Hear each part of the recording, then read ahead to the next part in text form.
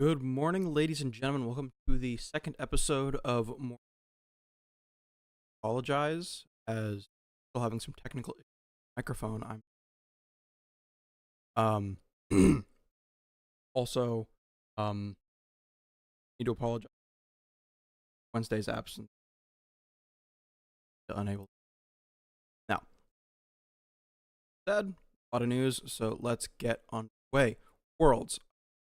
Need to apologize first. I said that Worlds stages were over after Monday. I forgot. Up. Well, we'll be ending this Sunday. Last night. Order. So last night, we had quite a show. Rocks Tigers beat G2 Esports, but G2 Esports in the done. They had no potential. It out of the group stages from that point forward, but they still could play spoiler. They did. Get to that in a moment. So G2 first group knocked out a world. Then we saw Albus Nox Luna defeating CLG in a pretty good game. Then we saw CLG beating G2 Esports. 36-minute game, 20 kills. Then the best game of the night, hands down. Just best game, period. Albus Nox Luna versus Tiger, 66 minutes. Saw insanity. I mean, I think the craziest thing here is the fact that it's a 66-minute game, and the Rocks Tigers still had left a tier 1 tower of Albus. It was so. It was if you don't watch League, watch that game. If you like MOBAs, watch that game. Albus Nox Luna has brought the fire back to League. So then moving forward, Albus Nox Luna then had to play immediately and play G2 Sports. Albus Nox picked an additional draft. You'll see their support on off-meta picks, is my understanding. I'm not super involved. Not sure, totally how off-meta his picks normally. But the casters commented, and even I recognize that Brand's a bit more of a safety, keeping alive and everything. And also, we saw Smurf in the top lane going not off tank, he PS cannon instead of in other games, and that seemed a problem for them. In a very, I don't want to call it boring. I'm sure it was very good league, but it was also just that. It was just basic. None of the flair, sanity that we've seen in other Albus Nox.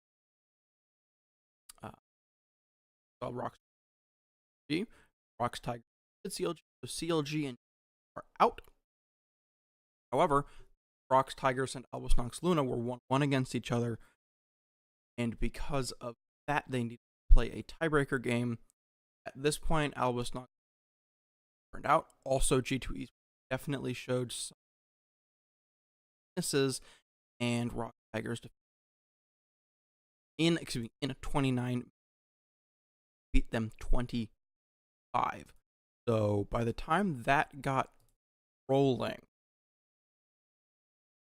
it was rough. So Albus Nox Luna may not well in quarterfinal beyond, if only because people have been able to figure out their strategies.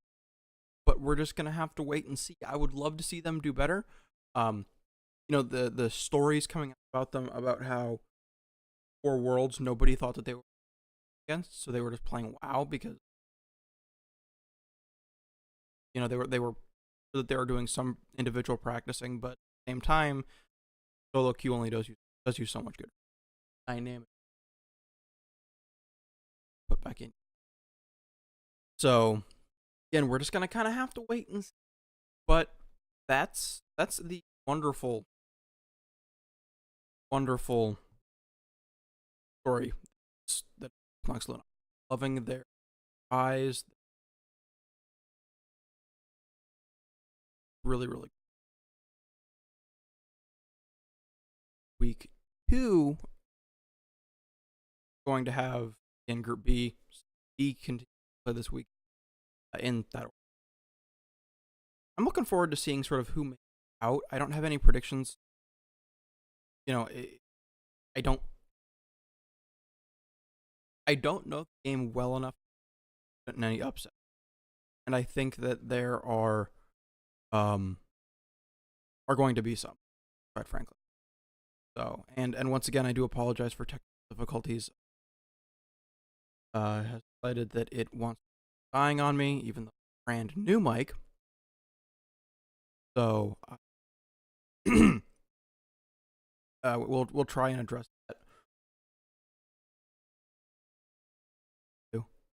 Which it looks like I might really frustrate. My apologies. Anyways, moving forward, onward and upward. Dota. Wednesday, Boston Major was announced. First North American major that isn't high. Also conflicting with the Summit and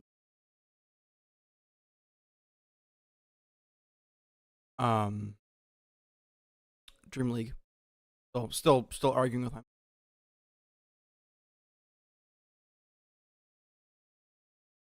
So Summit may have some issues. Dream League has already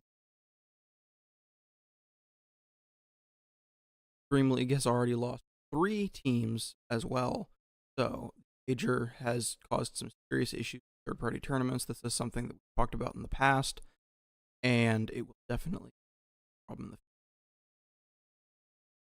So with that said, Boston Major, we already know. Again, like I said, it's affecting Dream League. EG, OG, Secret have all said, sorry, we can't do. You have to drop out of Dream League. But what it has done is it's given some of the Eastern teams a reason to consider going to the BEA Invitational Canada, because it'll be in the same time zone. It'll be 2 weeks earlier. They'll be able to go. They'll play that. Stay in the area. Yeah, mostly. That's cool. I'm hoping to go to the Boston Major. We may actually do a recording from there. Won't be able to do a live show probably that Friday and Monday, but my best to see what we do. Hopefully we can do something with all of that. Moving forward, Dota's still side right now. Nothing going on, although WESG is going on. I'll talk about that in Counter-Strike. WESG is a country-based tournament. You are teams then qualified per country, but you do have teams like Virtus Pro that are all one team, or one country. Envious is almost all one country. They had one player that isn't French. They brought in somebody in for the event, and he's playing under the Envious banner and doing quite well. Counter-Strike. Virtus Pro actually had a rough game yesterday. But so that's going on. I'm waiting until it gets out of the group stages to really see what is going on with all of that. But again, I kind of have to what happens with WESG. It's turning out to be more exciting than I thought it would. So, and that's not really saying much, but at the same time, it's always nice to see more exciting events. So that's Counter-Strike. Again, not really a whole lot going on there right now. We're at a surprisingly slow period. Moving forward, have Overwatch, which is in a very interesting place because again, it's in that also the slowing down period before BlizzCon in the West, but in the East, both China and Korea, there are 2 major tournaments. In China, you have APAC, and in you have OGN's Apex / League, and that's going to be a very interesting one. See, OGN just tweeted out that the Apex has sold out. This is the first non-league event to sell out the OGN studios. Now, this is after the line of StarCraft, and this is in the new OGN studios. So this is not saying that StarCraft may have been bigger at any point in time, but in terms of in the modern era, things are looking very, very good for Overwatch. The fact that it's selling out a studio that was built for the massive audience is huge. Looking at China right now with the APAC, saw technically last night in China, Energy took top seed in their group, and well, though the Chinese teams definitely gave them a run for their money. I do not have access, or I do not think to look up. I will admit that that is an oversight on my part. The rest of the groups on that, I actually didn't think it was starting until next week, but woke up yesterday morning to it and was like, oh, this is nice. There's Group B going on literally as I record this, so I don't have the final results on that yet. And then, as I said, the OGN Apex, I do have teams for that. Western teams that are competing are 2 from NA and 2 from. So we have Envious sent their team from NA. Energy flew out their team from NA as well. And then Rogue and Reunited from Europe came out as well. And a lot of people were complaining when they found out about Apex. And either one, they didn't hear about the 2 European teams. Why did they send two? Why didn't they send one of the... Why didn't they send Misfits? Why didn't they send the team that won the E-League? Answer is because they had to book the before E-League happened. They all flew out pretty much straight from E-League to Korea. So OGN had to book them well in advance because that's how you these things. You've got to make sure that they're ready, and you've got to and flights and all that stuff. Logistics take time, people. And from that, what we then saw was so Envious and Energy, Reunited, and Rogue, the top teams from NA and EU. Again, Energy maybe has not been top 2 in a long time, but they are certainly a team that pulls in viewers. Again, a team with a star like Seagull, although I do think that the way that that team plays is not super star based. We as an audience just view it as one because Seagull is Overwatch streamer. Really odd for a guy that used to watch him play TF2, but he is. And it is cool for the old school TF2 people to see these TF2 names get big. And so that's definitely cool to see, and I look forward to catching what Korean Overwatch I can. Same thing for Chinese Overwatch, but I did try and keep my schedule at least a little bit on track. Moving into miscellany now, to have some interesting news involving Street Fighter. Street Fighter V had in the last Latin American Capcom major a bit of a scandal in the finals. On all of a sudden, somebody is messing with a controller. They don't stop the game. They don't. It just kind of happened, and a lot of people are mad, and I would be too. Because not just because it happened, because that is inexcusable, but the fact that not only it happened, but it actually led to a different result than what. So it was a game that was almost over, and it then turned around and went into a sweep the opposite direction.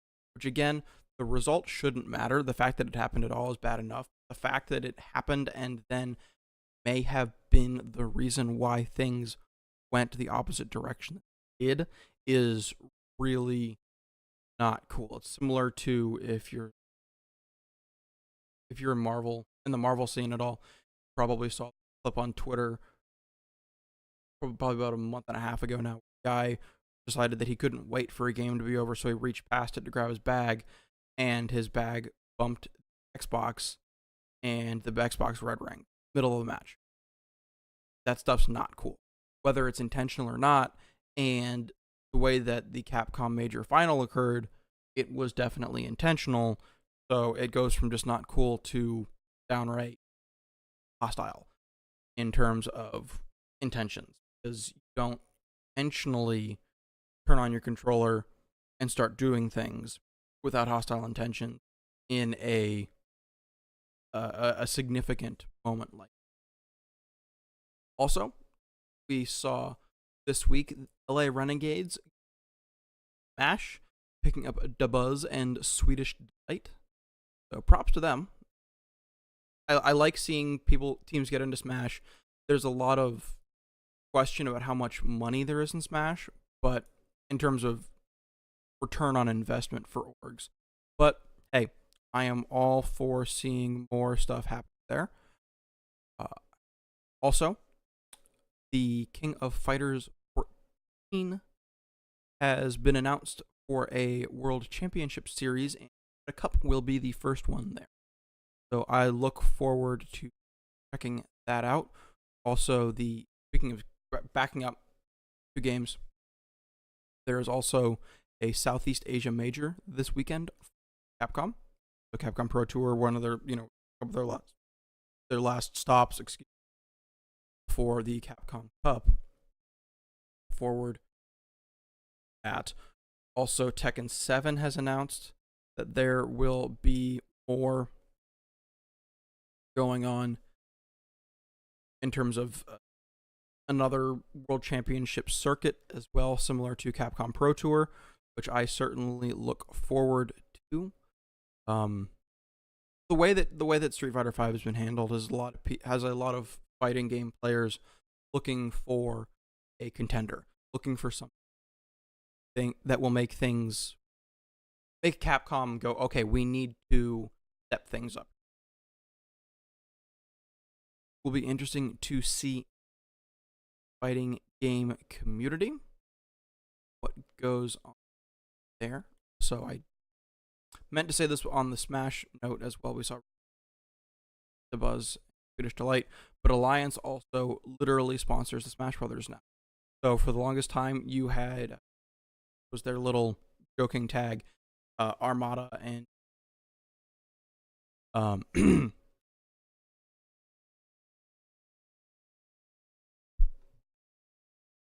awkward.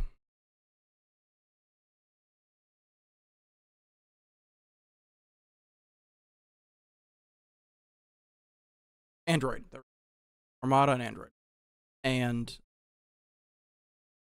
And so they would play together, but only one of them was sponsored because Android would only go to some events. Because he was a doubles player, he wasn't a singles player, but he's been working on a singles game, he's been getting better, and Armada is now not the only Smash brother playing for Alliance. Alliance now has literally the Smash, which is a cool story. I like stories. But with that said, I think we are going to wrap this up here. Hopefully technical difficulties will be Monday. If not, I will try and find something to make it better. But thank you very much for your patience. This has been Morning Meta. You can find this on Twitch, on twitch.tv/MTarget Production for both the live recording and then the re-airs Monday, Wednesday, Friday. You can also find this on YouTube. The channel is called MTarget Production. We do not have enough subs yet for a name, so you just have to search Morning Meta on YouTube, unfortunately. And also, this is part of the Stay Free network on SoundCloud, which is on Twitter on stayfree_GG. Thank you very much for tuning in, ladies and gentlemen, and I will see you all at the beginning of next week. Have a good one.